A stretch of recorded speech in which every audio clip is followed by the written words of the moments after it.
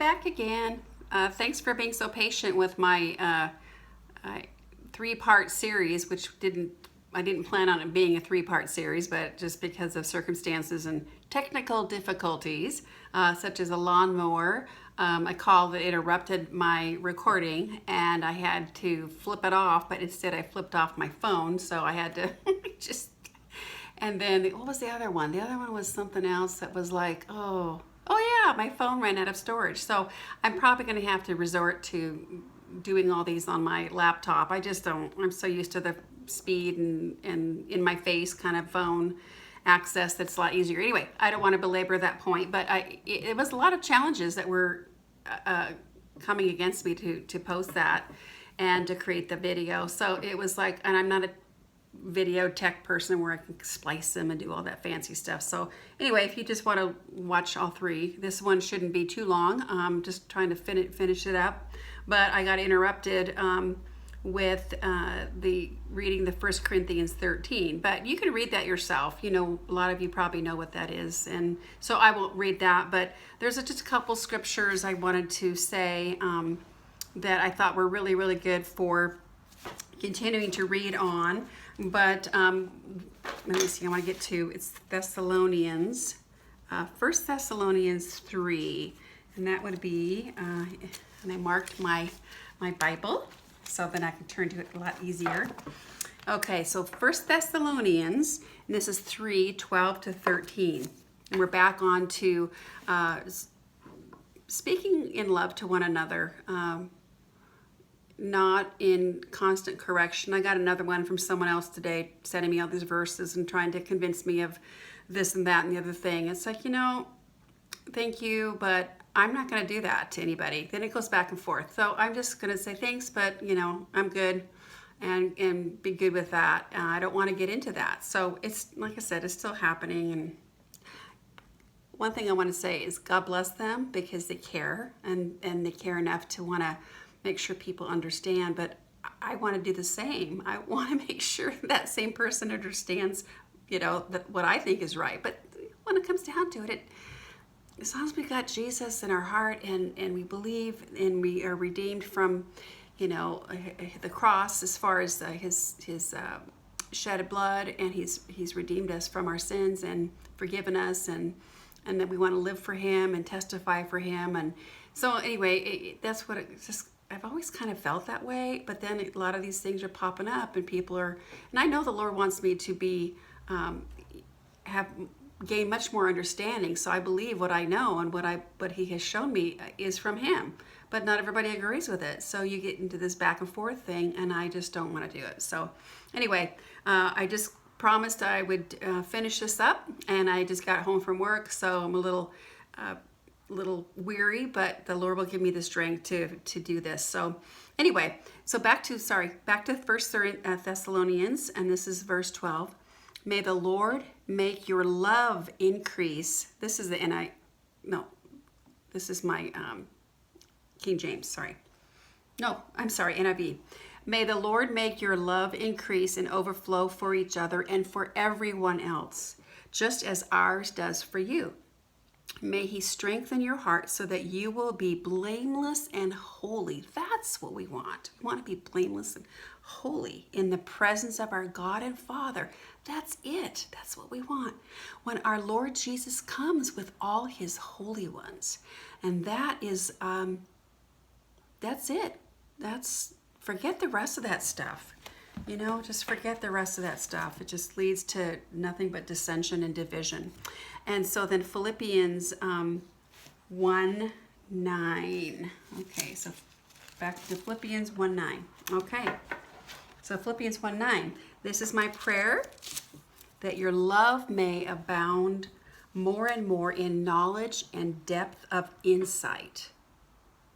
It's the love, not all the different things about the rapture and tongues. And I mean, I'm baptized in the Holy Spirit, and I pray in tongues.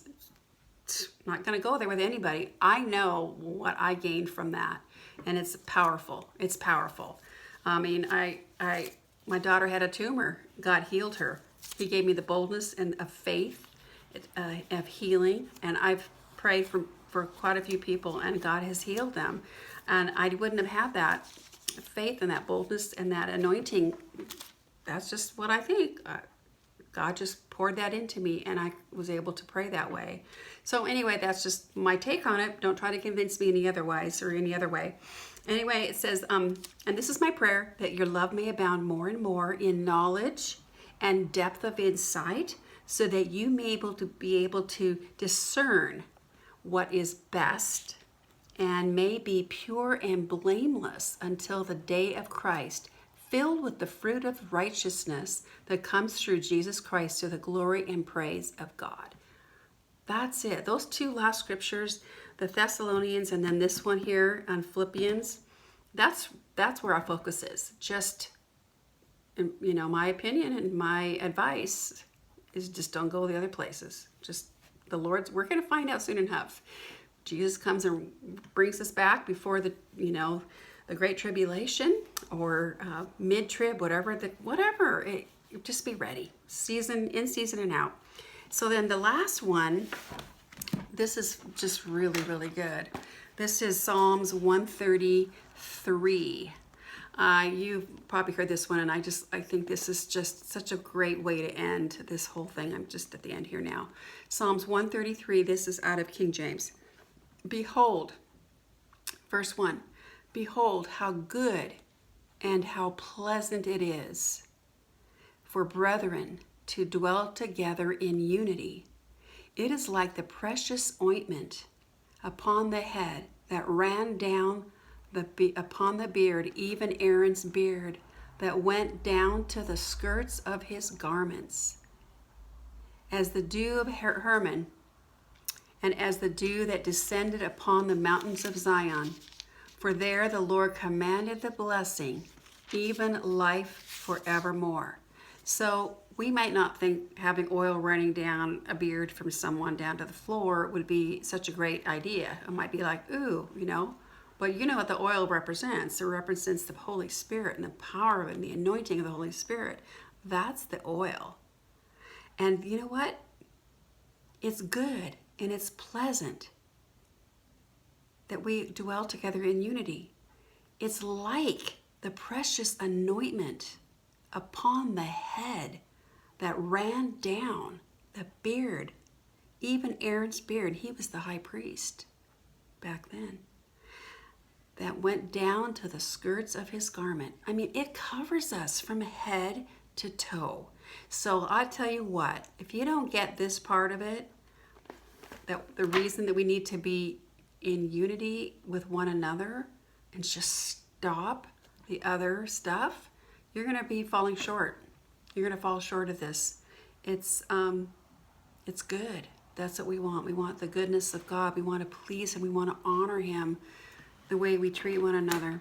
So I just wanted to finish this by saying that, remember, when you are communicating with people on the internet and you are Facebook, YouTube, whatever the case is, email, it doesn't matter, face-to-face, on the phone, texting, any form of communication, remember that you never know that person's past. You might know them, but if they're a stranger and you're talking to them and maybe there's a little division and some discussion going on, you don't know their past. You don't know the wounds and the scars in their heart that they still have. And you want to be very gracious and merciful and kind, full of long suffering. And remember that when you're speaking with people, because you just don't know them. And so you don't know their past, you don't know their pain, their present pain, or their heartache, but God does. He takes record and keeps account of the way we treat one another. I can't express that enough. So it's all in love. It's just love. And I present this to you in love. I love you in the name of Jesus. And I just think we're going to spend together for eternity together. So we better get used to it now. Love each other, like each other. You can even like each other. Yes, of course. So I'm going to pray right now. So I just pray, Father God, I thank you for those who are listening to this, who are watching the video, that God, if you led anyone to watch this and you brought them to this place of these 3-part in this video. Lord, that you would touch their hearts, that you would soften their hearts if they need softening, that you would heal the wounds in their hearts and their minds, Lord, and that you would just gather us together, Lord. Like you said, even over Jerusalem, like the mother hen who gathers her chicks. I pray, Father, that you would gather us like the chicks under the hen's wing, that you would protect us. Gather us together. We are your body. We don't want to bruise you, Lord. We are the body of Christ. And God forbid that we bruise your body. Not one bit, not one bit. So, Father, thank you that it is the unity that gives strength to us. It protects us. It covers us with the anointing oil from head to toe. That unity. So, Father, thank you for your word. Thank you that you are revealing truth to your children today, that we would be hearing and discerning of what your word says in truth, and that we would limit our exposure to all these different preachers and teachers and people that have difference of opinion, that we would go to your word fully, Lord, that we would receive the truth from your word, because you are truth. Jesus is the word. So I want to thank you. I pray and plead the blood of Jesus over my brothers and my sisters. I pray that there would be forgiveness and a love, a supernatural love, God, that just covers us, and that we will start seeing each other in the love of Christ and with your eyes, Lord, and we will hear each other with your ears. So I pray protection. I pray the spirit of peace, that Jesus, you are our Prince of Peace. And you said in your word that you would, my peace I give unto you, not what the world gives do I give unto you. Let not your heart be troubled, nor let it be afraid. So the peace of God, the Prince of Peace, is ruling in our heart. And he will rule in our heart if we walk in love. So anyway, that's it. It's 12 minutes already into this video. So thank you for being patient with me to put this out again. And God bless you. And feel free to subscribe if you haven't. Feel free to leave a comment. And if you need prayer or anything like that. So I praise the Lord, and I thank you for coming. And have a great weekend. God bless. Bye.